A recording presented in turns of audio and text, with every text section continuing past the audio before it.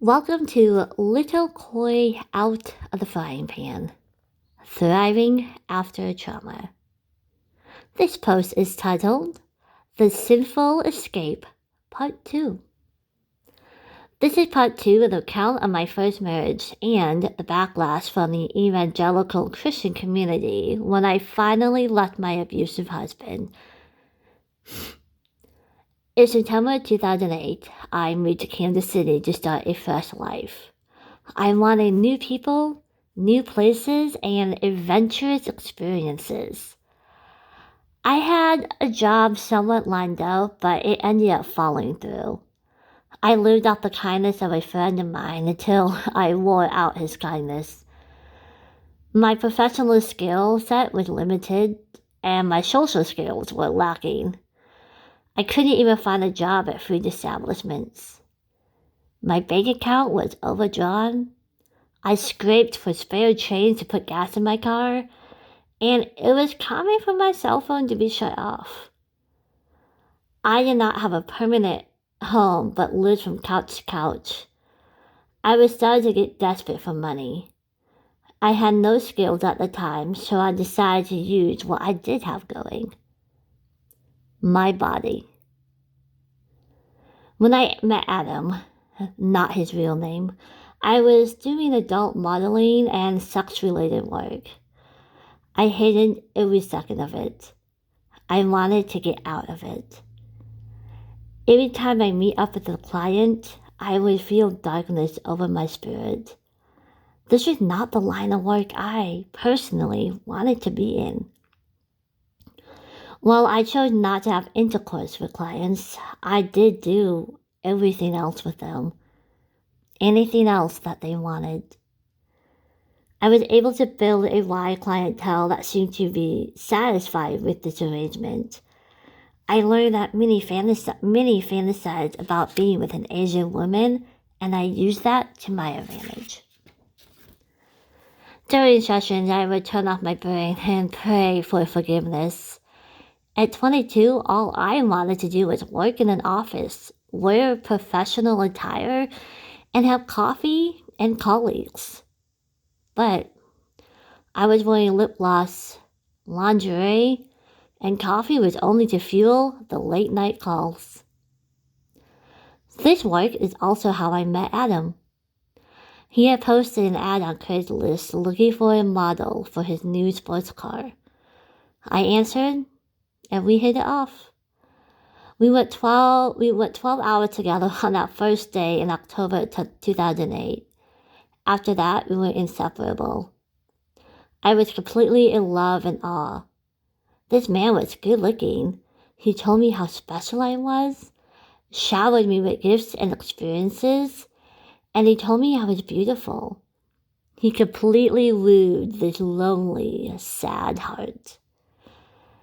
He offered me a job in his lawn business, therefore getting me out of the sex work, and he was unaware I had been in this line of work. He also gave me a car after mine was repossessed. He was my knight in shining armor. I was his world, and he was mine. But I received a lot of backlash from the Christian community for, number one, dating a non-believer, and number two, living with my boyfriend before marriage. After I moved in with Adam, he started to change drastically. He was no longer kind to me consistently. He would hide the car keys and demand sex multiple times a day at any time of the day or night, and I was forbidden from receiving any medical care for any reason. In between the mental and emotional abuse, however, he would love bomb me. He somehow knew exactly how to tear me down and how to build me up again. He always had the perfect words to make me feel horrible and the perfect words to make me feel whole again. It was incredibly poisonous, but I clung on to the good times, hoping he'd change. But he never did. Fast forward to February 2014, after 6 short months of marriage and 6 years altogether of being together, I finally found the courage to leave him. I had opened up a secret bank account with excess scholarship money, and I waited for the opportunity to leave. I moved in with dear friends who had no idea I was enduring this abuse. From the outside, Adam and I were the perfect couple, and I was still convinced that I deserved this treatment because I was in sin. You see, I was raised in a Christian community where it was taught that husbands were superior. Women were to be quiet, submissive, and obedient. We had no voice. We had no place exercising authority, assertiveness, or objections. Additionally, being married to a non-believer, that was a sin, and I was expected to be punished somehow. Also, Christian wives being married to non-Christian men, we were to take one for the team. I spent years hearing my mother implore abused wives to stay in a marriage because, number one, divorce was a sin. Number two, that wife might be her husband's only way to salvation. I was taught if you're an abused wife, you must stay in a marriage to lead your husband to Christ. Wives, we are to suffer as Christ suffered. When I left Adam, I had a few conversations with his Christian parents about their son's real treatment of me. His mother told me that because Adam was a non-believer, I couldn't expect him to know how to love and treat me like a Christian man would. Adam was excused from treating me well because he wasn't a Christian and therefore didn't know how. I was told by another that I could be Adam's only way to salvation. And suffering for Christ was the greatest thing a Christian woman could do. During this time, I was also in the middle of losing someone very important to me to cancer. I was in a waiting room when someone I knew told me I was allowing my marriage to die, just like my friend was dying. The Christian community I was speaking to did not seem to truly care about the reason I was divorcing. They were just upset that I was divorcing. I was a believer, married to a non-believer, and I needed to live with the consequences of my choices and pray for Adam's salvation.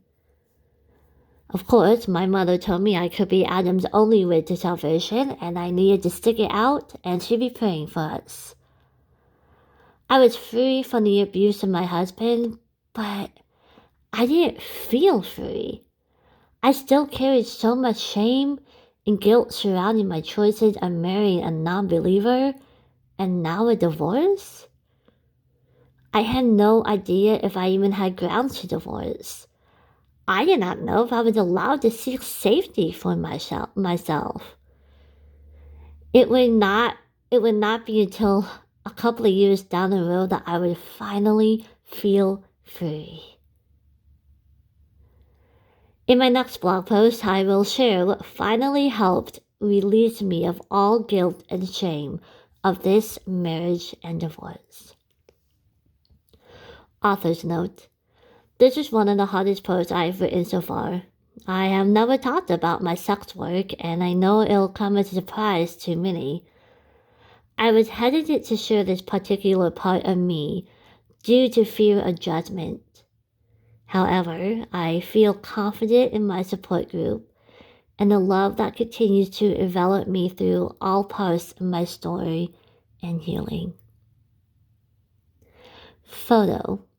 There's a photo of my wedding day to Adam, and the title is Happy Wedding Day to Adam, but the smile was fake because I was terrified. Thank you so much for listening, and I will see you next time. Bye.